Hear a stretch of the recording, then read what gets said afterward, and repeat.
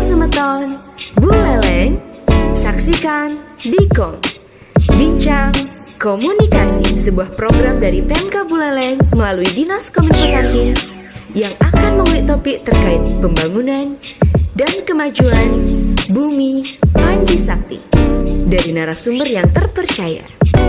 Satu episode setiap minggunya. Stay tune di channel YouTube Pemka Buleleng. Bikom, Bincang Komunikasi.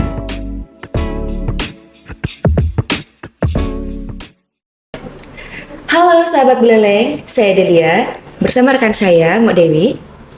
Kembali lagi di Bikom, Bincang Komunikasi, sebuah program dari Pemka Buleleng melalui Dinas Kominfo Kabupaten Buleleng yang akan mengulik topik terkait pembangunan dan kemajuan Bumi Panji Sakti. Tentunya dari narasumber yang terpercaya. Satu episode setiap minggunya. Stay tune ya di YouTube resmi Pemka Buleleng.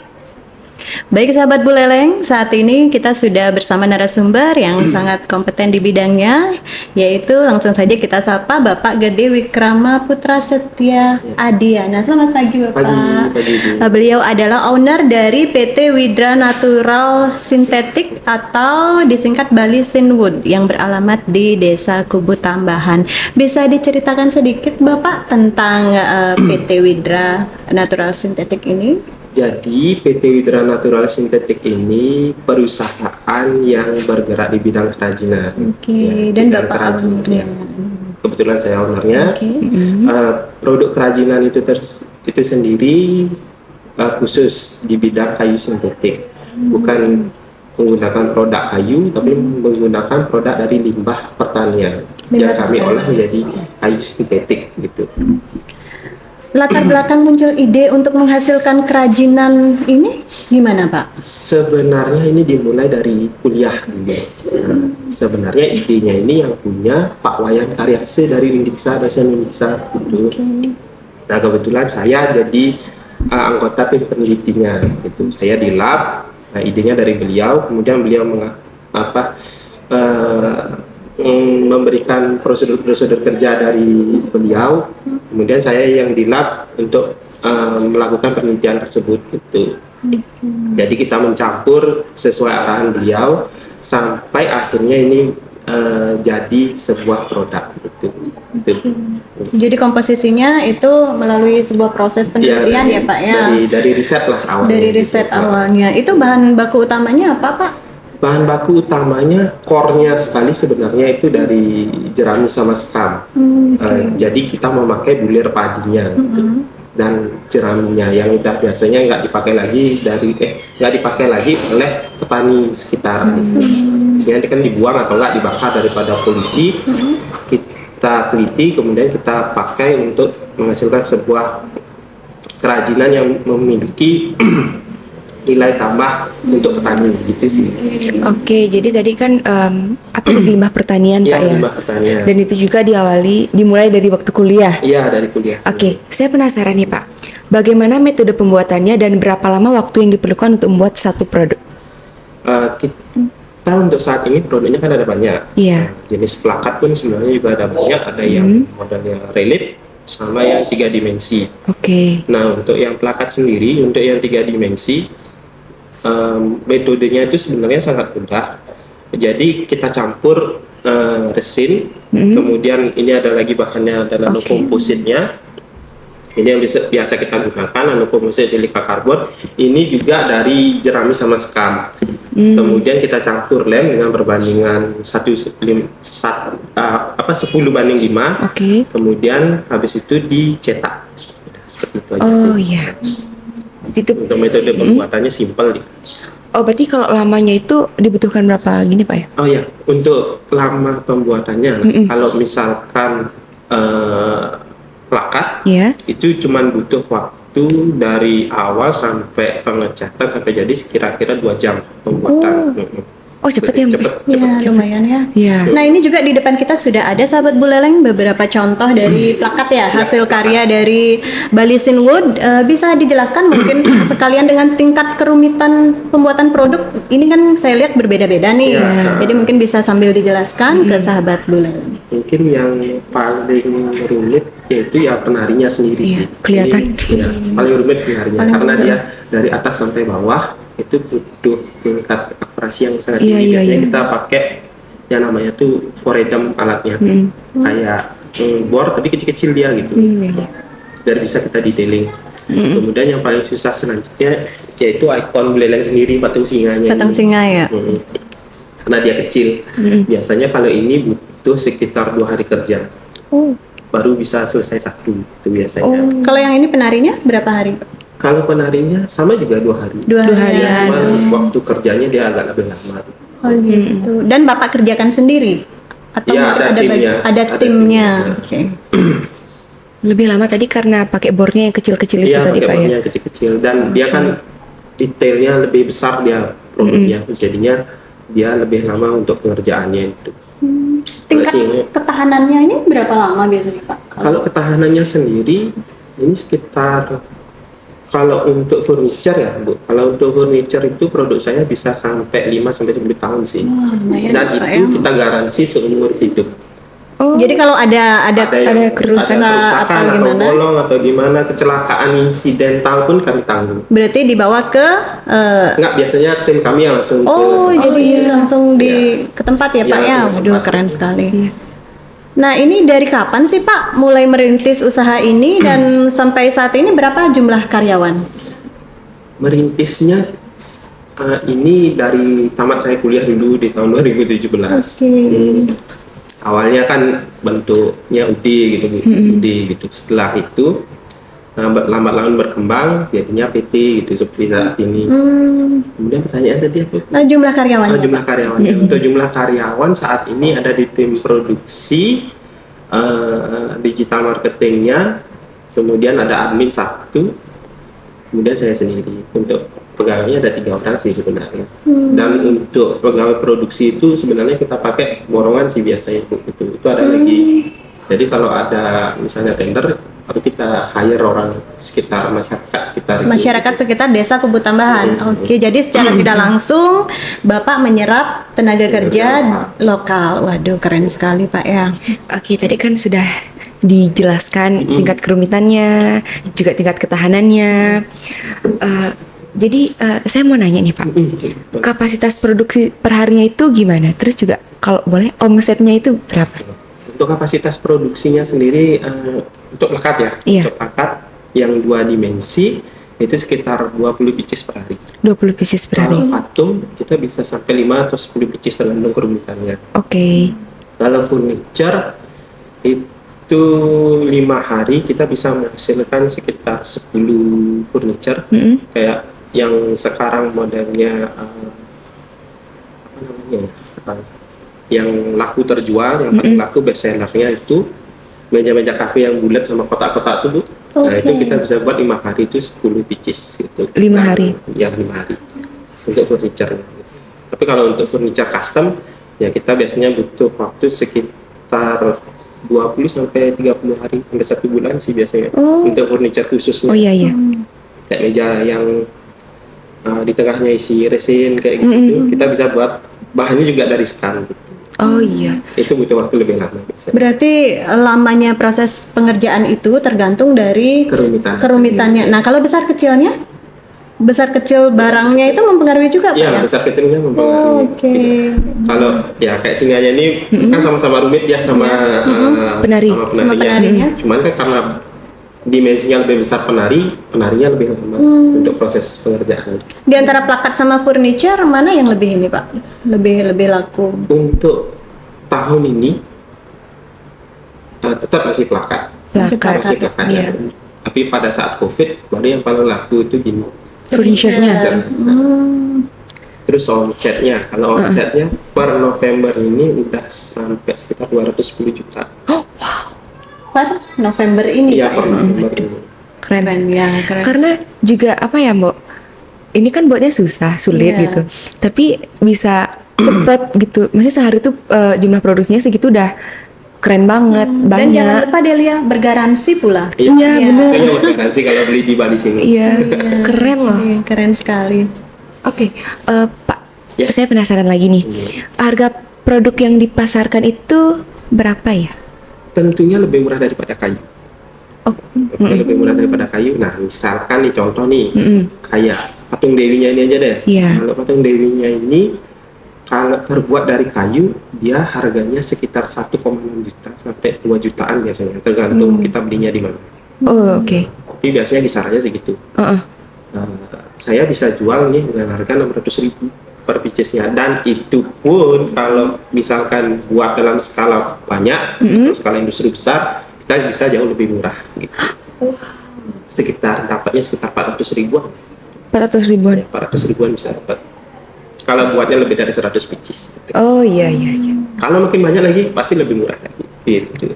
Oh iya, keren ya Mbak Wi ya. Ya betul sekali. Jadi unik juga dan yang lebih penting lagi itu bisa menyerap tenaga kerja lokal. Iya, Itu yang paling utama saat ini ya Pak ya. Oke. Nah kemudian Pak, untuk pemasarannya nih Pak, saat ini pemasarannya kemana saja dan metode apa sih yang Bapak gunakan dalam pemasaran ini? Kebetulan saya sendiri yang megang pemasaran. Jadi pemasaran itu sebenarnya ada banyak banget sih, kan ada beberapa segmen tuh, banyak dah ininya segmennya. Tapi segmen kalau di platform digital kayak di Facebook itu biasanya di furniture lebih banyak. Furniture-nya Pak ya. Furniture-nya lebih banyak. Terus di IG, kalau di IG itu lebih banyak saya jualan plakatnya. Itu sih. Kemudian kalau dari segmen pemerintah kan kita udah ada e-katalognya Bu. Gitu. Jadi kalau pemerintah mau membeli produk kita udah ada tersedia di e-katalog gitu. Di Shopee juga ada, Tokopedia juga ada. Kita melayani seluruh Indonesia. Jadi kalau ada teman kita dari jauh mau beli, dia tahunya lewat IG, tapi karena dia ragu-ragu, kita bisa arahkan ke Shopee gitu, biar lebih aman. Oh di Shopee juga ada. Di Shopee juga ada. Di Tokopedia juga ada sih. Dua platform itu yang ada. Kalau penjualan langsung juga tentu dilayani ya Pak tentu ya. juga dilayani. Oke, bisa disampaikan mungkin Pak detail alamatnya Pak. Jadi kalau misalnya pengen ke sana lihat-lihat dulu atau gimana? Mungkin agak susah ya, soalnya kan nggak ada gini pastinya gitu loh, nomor sekian, tapi yang jelas itu ada di Jalan Raya Air Sane, Banjar Kajekangin, Desa Kubu Tambahan. Desa Kubu Tambahan. Mungkin nanti kalau di Google Map bisa aja cari Bali Sinwood gitu. Oke, di Google Maps Ya, ya. di Google Map udah ada kok Bali Sinwood. Oke, jadi Iya, dan juga bisa disampaikan Pak ke sahabat Bulelengnya, mungkin punya FB-nya apa, IG-nya apa? Ya. Kalau FB-nya mungkin bisa di search kayu sintetik Bali Sinwood. Kayu sintetik Bali Sinwood. Nah, Oke. kemudian kalau di IG-nya itu di Bali Sinwood Official. Bali Sinwood Official. Bali Sinwood Official. Oke, jadi bagi sahabat Buleleng yang mau cari-cari furniture atau plakat juga, karena udah lengkap di Ya, sana lengkap ada. kita bisa. Juga di di Google Maps sudah kedetek juga kan alamatnya, jadi lebih gampang. Ya. Oke. Oke Kak. Kok Pak? Apa namanya, saya penasaran. Aja, nggak apa-apa. Oh ya. Modal awal dan sumber pemasok bahan bakunya itu berapa ya kira-kira kalau boleh dijelasin? Kita modal awalnya itu modal kepercayaan sih sebenarnya. Sebenarnya kayak apa ya? Dulu sebelum memulai bisnis itu kita kebetulan order duluan yang ada, permintaan duluan yang ada gitu. Jadi karena kita belum punya modal, ya kita apa ya istilahnya, mendekati produsen gitu. Mendekati produsen, Pak, kami punya orderan segini loh, ini udah pasti dibayar karena ini pemerintah dulu kan, dari Undiksa dulu orderannya itu. Jadinya ya kita yakinkan si produsen ini untuk mau menginvestasikan lah gininya, produknya dia ke, bahan bakunya dia ke kita gitu, kayak lem, kayak apa namanya, sekam padinya seperti itu. Dan kita tampung dulu, kemudian kita buat, kita tunjukkan juga kan kita nggak ada istilahnya DP itu loh.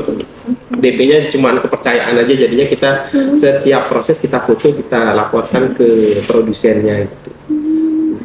Kemudian setelah jadi kita store barangnya ke Undiksa, kemudian ada pembayaran dari Undiksa. Nah dari situ baru kita bisa bayar ke produsen. Nah di situ kan udah ada keuntungan. Nah itu yang kita putar modal awalnya seperti itu. Jadi modal awal kita benar-benar modal kepercayaan aja sih dulu gitu. Oke. Ini apa namanya sumber pemasok bahan bakunya Sumber Pak? pemasok bahan baku. Oke. Kalau sumber pemasok bahan baku paling utama itu di petaninya. Nah, di petani, kemudian untuk pembuatan nano kompositnya ini kita kerjasama dengan Unixa. Nano komposit yang mana Pak? Bisa sambil ditunjukkan Oke, nano kompositnya itu ada 2 jenis, yaitu yang hitam ini satu, ini, kemudian ada yang putih. perbedaannya Pak? Perbedaannya ini ada di suhu bakarnya gitu, juga kandungannya dia beda gitu. Jadi kalau kita mau buat plakat, biasanya saya lebih banyak cenderung pakai yang silika ini gitu. Tapi kalau kita mainnya ke struktural kayak bangunan Bali gitu, kita pakainya ini nano komposit yang ini, karena hasilnya nanti dia lebih padat. Lebih padat Ya, dan lebih kuat gitu lebih ya. kuat, strukturalnya gitu. Ini kita kerjasama dengan Unixa, kita belinya di Unixa gitu, di jurusan kimia gitu. Jadi Unixa yang menghasilkan ini Pak, proses pembuatannya. Yang untuk prosesnya ini Unixa yang menghasilkan. Kita belinya di sana. Sudah beli langsung Ya di udah beli sana. langsung di sana. Kita kerjasama lah kayak gitu. Kemudian Bapak yang memproses Iya, menjadi, memproses menjadi sebuah produk kerajinan. ya, produk kerajinan. Oke. Oke, tadi kan udah jelas banget ya Mbak ya. Dari apa namanya sumber pemasok bahan bakunya juga udah. Oke, sebelum kita lanjut, kita buat sahabat Buleleng penasaran lagi nih, Kak. Kita lanjut setelah yang satu ini. Halo Semeton, Buleleng, saksikan Bikom, Bincang Komunikasi, sebuah program dari Pemka Buleleng melalui Dinas Kominfo yang akan mengulik topik terkait pembangunan dan kemajuan Bumi Panji Sakti dari narasumber yang terpercaya. 1 episode setiap minggunya. Stay tune di channel YouTube Pemka Buleleng. Bikom, Bincang Komunikasi.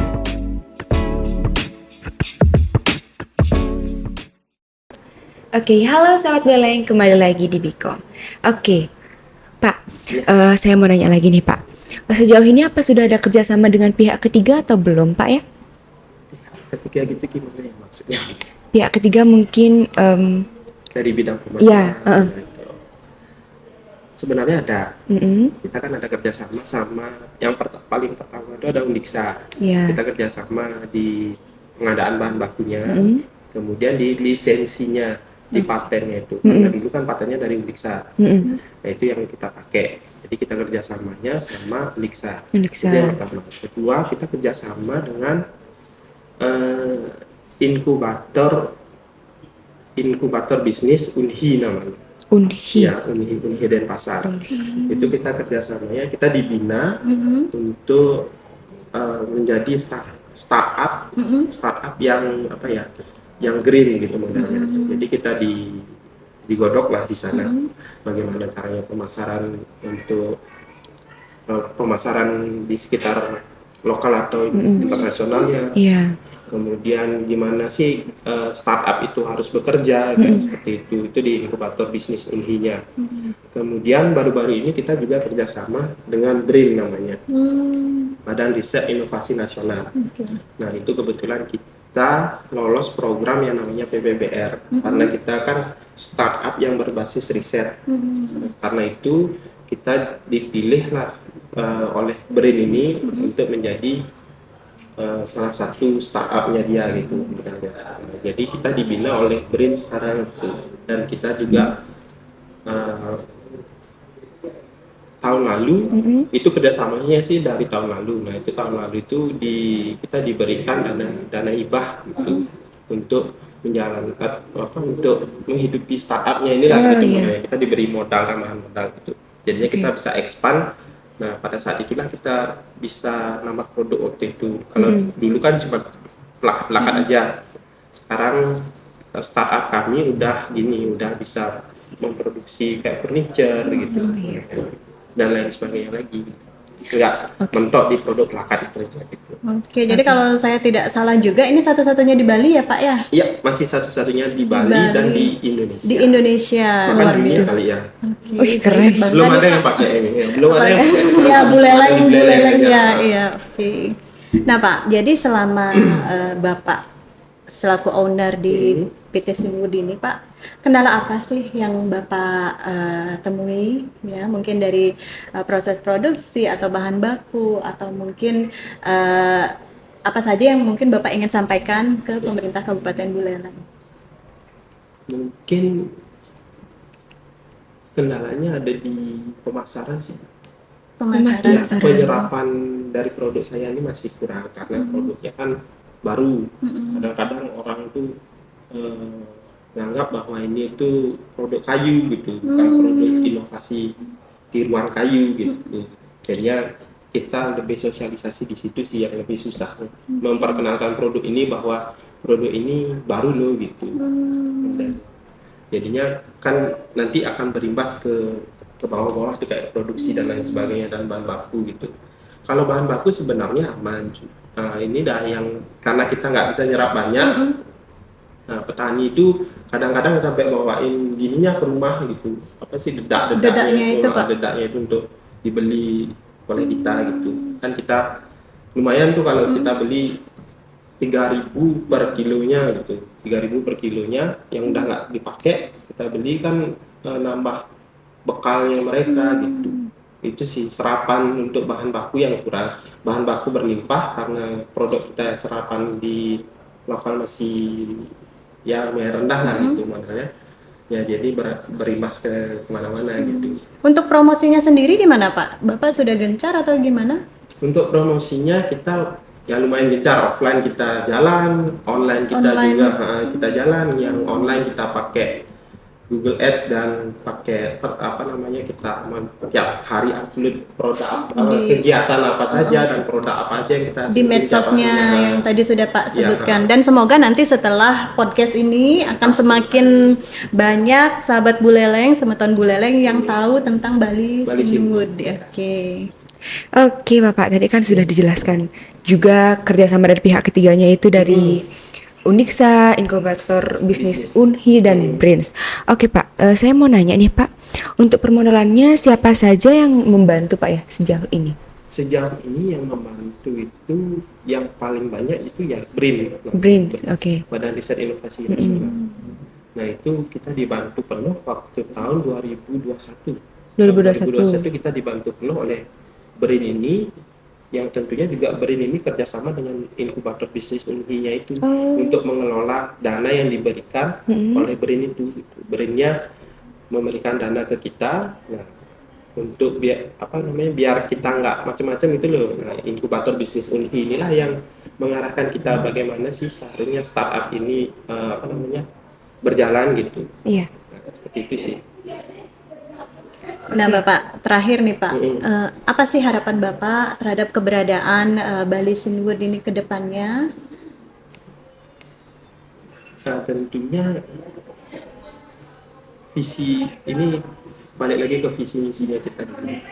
Visinya kita kan untuk mengganti produk kayu itu menjadi produk kita gitu.